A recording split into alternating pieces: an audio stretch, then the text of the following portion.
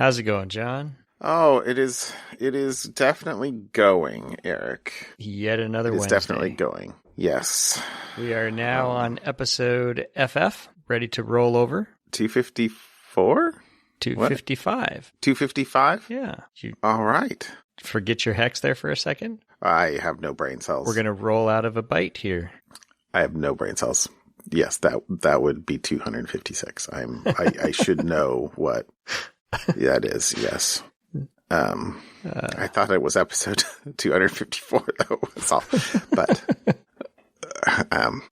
that was last week. That was last week. Okay. Well, Speaking that's of which, cool. How was your week? Oh, it's been a week, my friend. It's been a week. Yeah, enough said probably about some of that. So that is what it is. How's your fridge? Is that a sore subject? Should I not have asked? My fridge is possessed. my fridge is possessed. But, being the person that I am, I forget if I actually mentioned this last week or not, or where I am. I'm sure I mentioned the fact that our fridge has not been working. Yes. But the appliance person was out for at least the third time. I think it's maybe it's only 3. It might have been 4. But this time it was with the new LED lights from the top of the fridge. Because last time he was here, he unplugged the LED lights and then the water started working in the fridge. And he was like, well, that's mysterious. And so he was like, well, and I was not actually with him while he was doing this debugging last week because I was working. But our fridge has been dark for the last week. But the water's working. But the water's working. So I will take a darkened fridge with chilled water in it. Perfectly good. Although the ice machine does not seem to be working well. It's like very anemic. It's spitting out, I don't know, it's like 6 ice cubes a day. Okay. I don't know. It's not working. So he comes back today. And he seems like a good guy. He seems like he, is following debugging procedures. He seems like he knows this fridge, like this model of fridge, and he seems like he knows what he's doing. Okay. Like roughly. But so he comes, he plugs, he pops down the roof of the fridge and where the other lights had been plugged in before, and he was like, yeah, these are what we need to plug in. And smart guy, he just takes the new lights out and doesn't bother replacing them in the whole thing yet. He just takes and plugs in the thing and lets it sort of dangle in the top of the fridge to make sure the water stays working. Right. To which the water stops working. And it did. Huh? It didn't. It kept working even though he had now plugged them in. And so me being probably, I'm sure that he was like kicking himself a little bit, but I was like, so you're telling me that if you plug in these other LED lights, it stopped? And he's like, well, that's what it did last time. I was like, really? I don't understand how that could work. He's like, well, let's do it. Let's plug it in. I'm like, yeah, gotcha. So he plugs in the old ones. Fridge continues to work. He's like, well, that's not what happened last time. And I'm like, So, I don't know. I have now a working water in the fridge, but no ice machine. But lights, water, no ice. Lights, water, no ice. So it used to be that I did not have water, did not have ice, did not have lights. So now the question is, I'm going to give it 24 hours and see if the ice machine actually works, because he forced the ice machine through he called it a harvest cycle, and okay, he forced it through that. I don't know, Eric. Do I pay to have the ice machine replaced that I'm pretty sure is not bad? But if that's the only thing that's not actually working at the moment, or do I just like say, you know what? I'm not sure. I'm just going to like kill this thing, because we actually, I forget if I said again on the podcast, but we actually put money down and are holding a replacement fridge. Right. Like just in case. Because, yeah, they had one left. But it's a lot of money. Yeah. Compared to the repair. So my call will probably be to try replacing the ice machine and see if that works. And then I don't know, but that's my call. I got to talk to my wife. We got to decide. So anyway, yeah, that's my fridge saga. Nice. I don't know what to tell you, man. But within the next 48 hours, I will make a call, or my wife and I will make a call together on whether it is replacing the ice machine that I'm pretty sure isn't broken, or just buying a new fridge. You know, but you replace the ice machine, the LEDs will stop working again. I know that's the problem, but it's a probability thing, right? The ice machine's like, he said it was $120 part, and I get to kind of ride on this whole labor thing for 90 days already, so it's not much in labor. So I don't know, $150 on a probability, or a $4,500 fridge. Yeah, I'm not that great at math, but I can do that math. I know where the greater sign fits. I know on that. But but you have to multiply by a probability. Yeah. So anyway. All right. Well, my boy is officially a licensed driver in the state of Oregon. Well, according to the state of Oregon, he can drive in any state. Presumably. Yes. But yes, I guess the state of Oregon has attested that he is competent enough to drive solo. And how does he feel about that? He doesn't care. He is the most cautious kid too. He doesn't want to drive. It was foggy the other day when we were heading out to his 0 period class, and he was like, "Well, Dad, can you drive? It's kind of foggy. I haven't driven in fog before." Like, just don't put on your high beams. You'll be fine. So, whatever. But he's good. And then that's awesome. Also, congratulations. This weekend, yeah, 3 for 3. Talking about costs, insurance is going to be fun. But also this weekend we went to the Oregon American Meteorological Society Winter Weather Conference. Oh, I think I talked about it. This was have the talked about. one.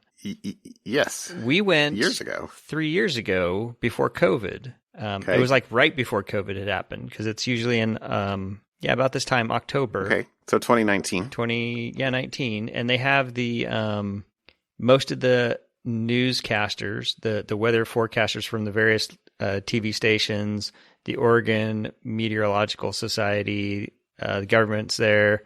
Come and do presentations on basically the history, what happened in the last year, what the predictions were, how close we were to predictions, and then, what the prediction is for this winter. And so I will tell you, according to them, every forecaster to a T went against history. So this is what they call I'll explain this. They call it a triple La Nina year, I think, and I don't remember what the triple stands for, but it's a La Nina. So the surface temperature of the ocean water is more than 0.5 degrees above normal. Oh, the triple is north of the equator, at the equator, and south of the equator. And since they have recorded triple La Nina years,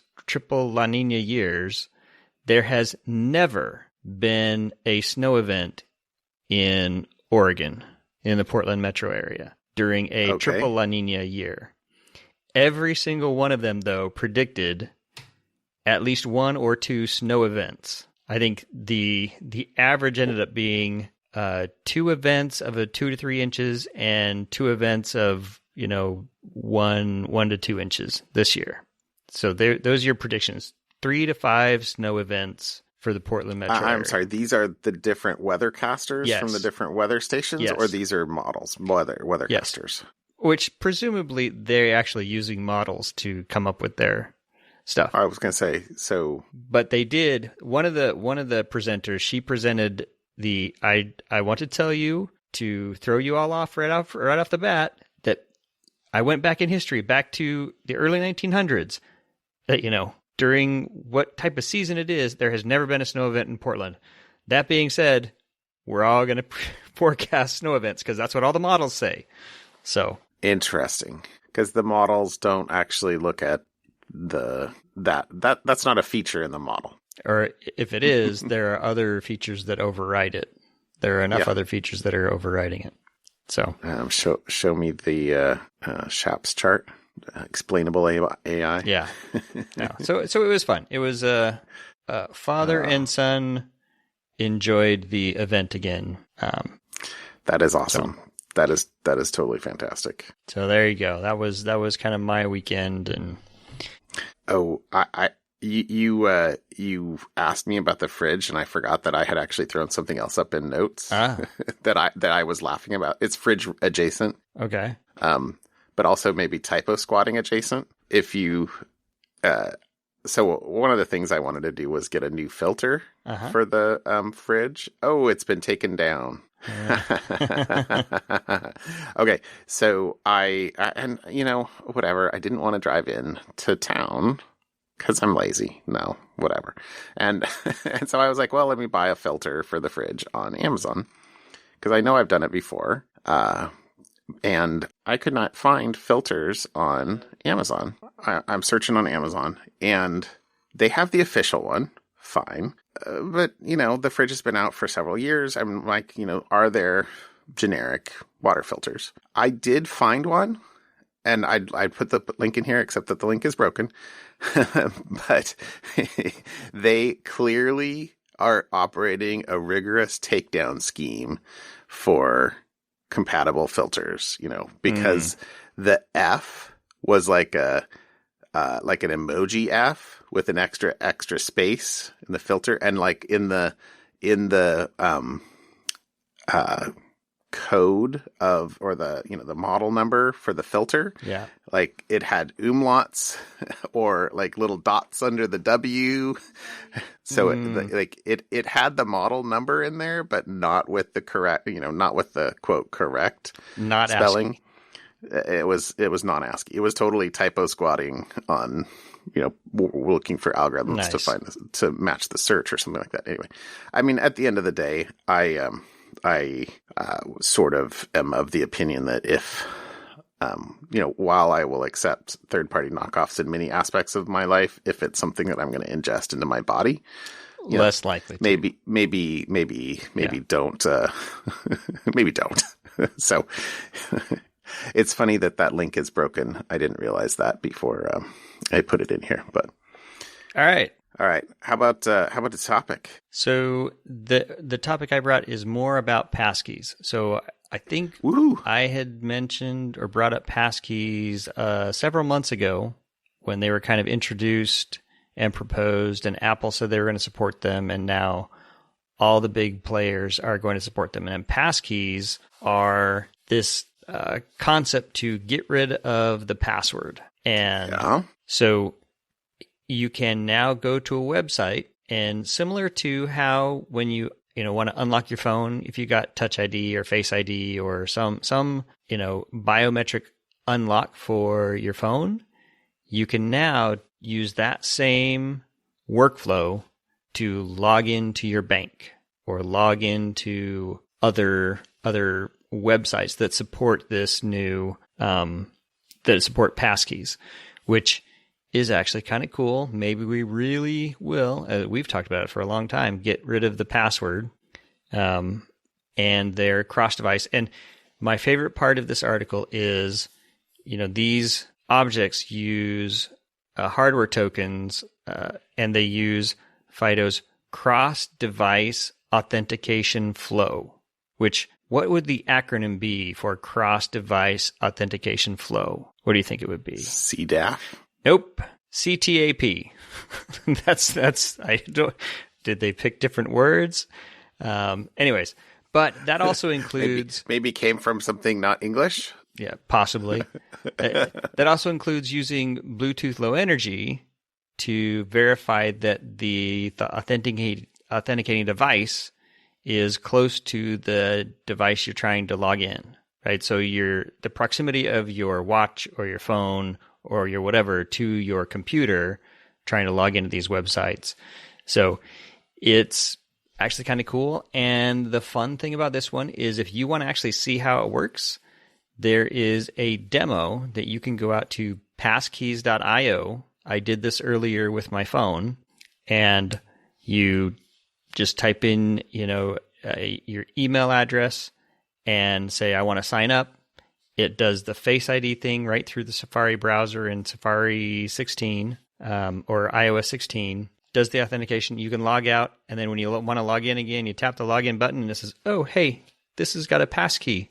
Do you want to authenticate with your face kind of thing? And boom, boom, boom, you log right into the website. So very slick, very simple. No, we'll see how it goes, how various sites adopt this. I did see or hear that PayPal is adopting passkeys, and is going to be one of the first sites that will actually fully implement passkeys. So I look forward to being able to log into my PayPal account with passkey just to see how it goes.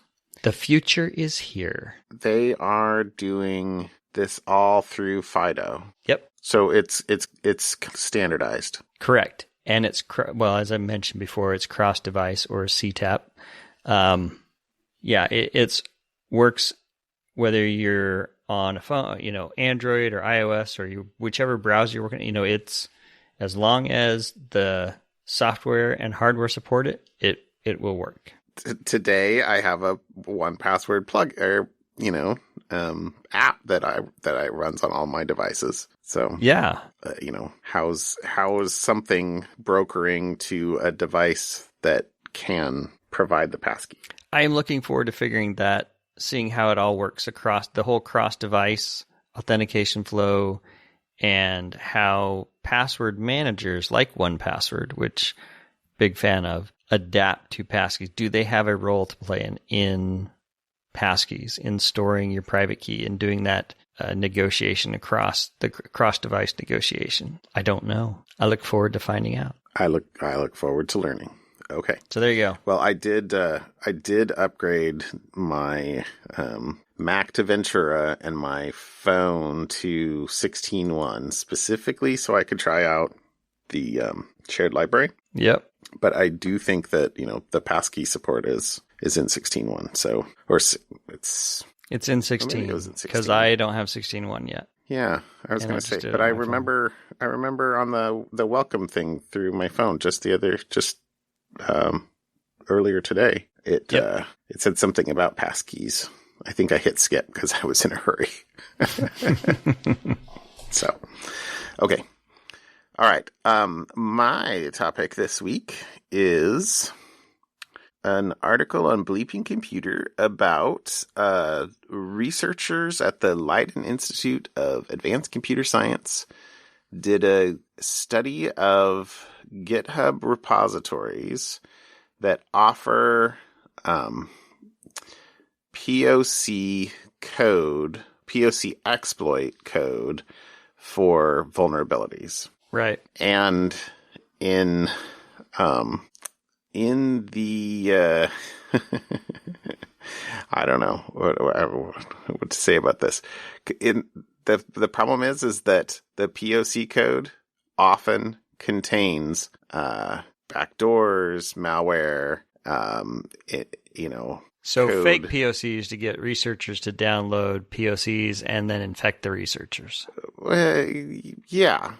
Might not be fake POCs, but might have a little bit of extra something. So of the 40 a competitive advantage. I don't know. Of the 47,300 repositories they analyzed between that advertised an exploit for a vulnerability disclosed between 2017 and 2021, they found as many as 10.3% of those, so over 4,700, included,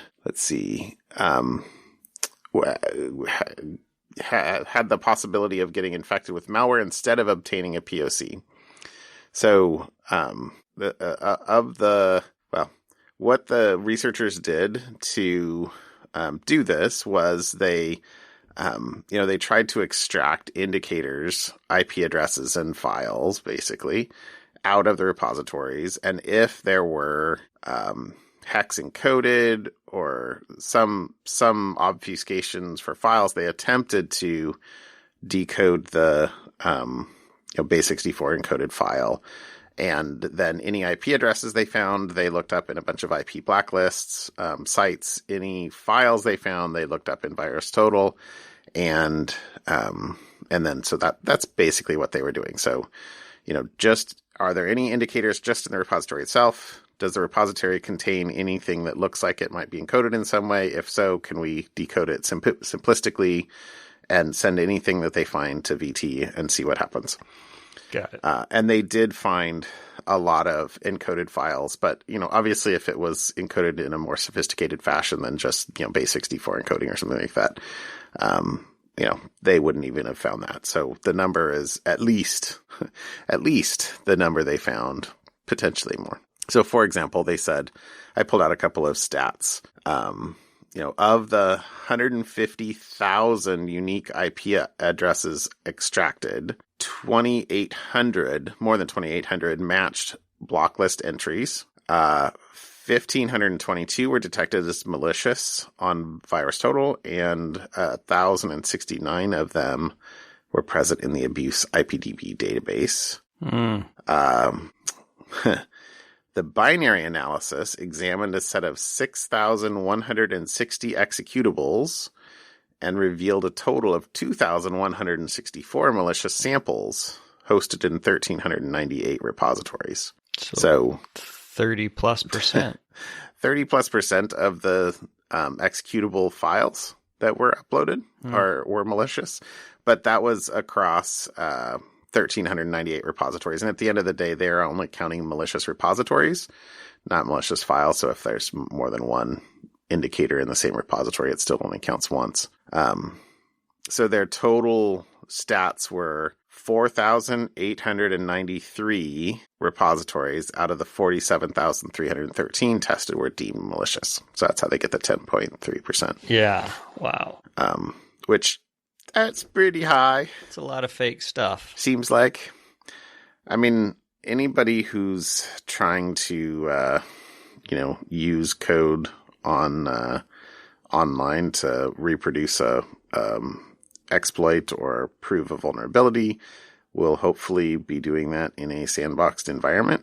Maybe not just live on a network, but maybe not. I'm going to go with probably not. It'd be interesting to find out exactly what these files were and then see where they exist in the world. That would be interesting. Yeah. So let's see. Was an interesting article, and there was more in here that I didn't pull out about, basically best practices, like I just said. But there was somewhere in here. Yeah, I didn't pull out the snark. It was, it was something about, if somebody's just taking code from an arbitrary repository on GitHub, from, Blind Panda or something like that, and just executing it, maybe don't. Yeah. So, they had, so their examples of what to do to kind of keep yourself safe at the bottom are okay, but tricky. So it says software testers are advised to carefully scrutinize the POCs they download and run as many checks as possible before executing them. Yes, I totally believe that. But how many people that are just trying to do or, prove something like this or leverage a exploit to test whether, something they've got is vulnerable are developers and can really, go pour over every line of code. And even tell what whether something's there or not. My recollection of the Heartbleed years and years ago was that it was literally just a single duplicated line of code. And, that's the sort of thing that evaded escape or evaded notice by thousands of people over many years. How is everybody supposed to protect themselves by scrutinizing code and POCs? But, maybe there are some warning signs, and that's kind of the second thing. It says if the code is too obfuscated and needs too much time to analyze manually, sandbox it in an environment and check the network for any suspicious traffic. So, okay, that's a better one, I think. And their third example is to use open source intelligence tools like VT to analyze binaries. Sure, absolutely. Mm-hmm. When you're playing with dangerous software, if you're running on the ragged edge like that. So here there be dragons. Be careful. Yep. So there's my okay. There's my topic. I thought that was a good one. Watch out what you clone. Clone carefully. All right. How about something fun? Something fun. So I was just looking really quick because in the past, episode 152, so 103 episodes ago, if my math holds. Your math is good. I mentioned this video. This is version 3.0 of the video, and this is a Mark Rober video. He's a great YouTuber. Not the greatest thing to talk about on a podcast because it's very visual. But this is the Backyard Squirrelimpics, the summer game. So he's got I haven't clicked on your link because I didn't want to spoil it. Yeah. But so he's got another video of him trying to battle the squirrels, but this one is he's given up, the squirrels win, so now he's designed obstacle courses for the squirrels to see which squirrel can get through and to the net, and then he has the squirrels race against each other. It's mostly who can do it and who not. They don't actually set up a starting line and two squirrels square off, but the video is hilarious. So if you remember the squirrels and him trying to, hide nuts from the squirrels and showing you all the math about how squirrels are able to jump so far and jump from high buildings and not die when they land. Anyways, this one is just as funny. This is the Squirrelimpics 3.0, and this video is much more with a storytelling and entertainment vibe going on. He's got, I don't want to spoil it, but anyways, go check out Mark Rober's video on YouTube. It's the Backyard Squirrelimpics 3.0. So that's my something fun this week. Squirrelimpics 3.0. Yes. Yeah. Okay. I have very much enjoyed his videos in the past. Although I haven't watched one for a while, so I'm sure he's continued putting them out. But yeah, I will have to go watch that. Yeah, it's fun. It's a fun one. That's awesome. All right, you brought something better for podcasting, I'm sure, for something fun. Sure, it's completely and totally visual, not audio visual. So my something fun is the Nikon Small World Photo Contest. So we will put a link in the show notes here, and you pretty much have to go and look at this stuff. So if your podcast player these days should have an ability to see chapter art and chapter notes. So there is a link in the podcast notes to nikonsmallworld.com. So I pulled out a few of these that I thought were really cool. The winning photo was of the embryonic hand of a Madagascar giant day gecko. So how big is this photo? Micrography? It said that too late. I'm tired. It's about 3 millimeters in length. Okay. Is the size of that hand of the gecko. That's the first link that I put in here. So 3 millimeters. But actually, it says at the bottom of that. So a visually stunning and painstaking technique. Timon used image stitching to merge hundreds of images together to create the final image of his gecko. Preparing the sample was an added challenge. Timon performed whole mount fluorescent staining and tissue clearing to capture the entire embryonic hand with a confocal microscope. This embryonic hand is about 3 millimeters in length, which is a huge sample for high-resolution microscopy. The scan consists of 300 tiles, each containing about 250 optical sections, resulting in more than 2 days of acquisition and approximately 200 gigabytes of data. The final result gives a glimpse into the hidden beauty and complexity of the gecko, highlighting the nerves in a cyan color and the bones, tendons, ligaments, skin, and blood cells in a range of warmer colors. This particular image is beautiful and informative as an overview, and also when you magnify it in a certain region, shedding light on how the structures are organized on the cellular level. He went on to say, the Nikon Small World competition is a great opportunity to share how impressive nature is on a microscopic level, not only within a scientific community, but also with the general public. So I guess you and I are general public, but these cool. pictures, I'm looking through all the rest of the pictures. These are really cool. Right? They're amazing. Super cool pictures. Okay, well, before you just go through everything, I pulled out 4 other ones and the links are in the notes. Yeah. That you should just click on. So the first one is Daddy Longlegs. Yep. Creepy. Which is totally creepy, but looks really cool. The second one is a 2-month-old juvenile sea star, which is like, I don't know, looks like a snowflake, but obviously an alive snowflake. It's very cool. My third one that I pulled out was, what was this? Oh, the rasping tongue of a marine snail. This just looks like this doesn't look organic. This looks like a doesn't painting. Look real, does it? Doesn't look real. It's like right? Some abstract painter thought this would be cool. Right? I thought that was very, very cool. And then the fourth one I pulled out was the end of a dental drill bit. Yeah. Studded with diamond chips. It looks like a rock. Right? Very cool. Anyway, there's well, at least on mine, it says 90, I'm on image 45 of 92. And I gotta admit, I actually didn't even make it to the end of this. I think I made it up into the 60s before I ran out of time. But the images here are amazing. Yeah. So that's my something fun. Super cool. Very, very, very cool. So all right. Check it out. Lots of cellular photography. Lots of fun stuff to stare at. Yep. All right, my friend. Yep. Have a good night, Sorry for being John. late tonight. Nah, I'm starting to fade. So. All right. I will talk to you later. We'll see you. Be well. Bye. Bye.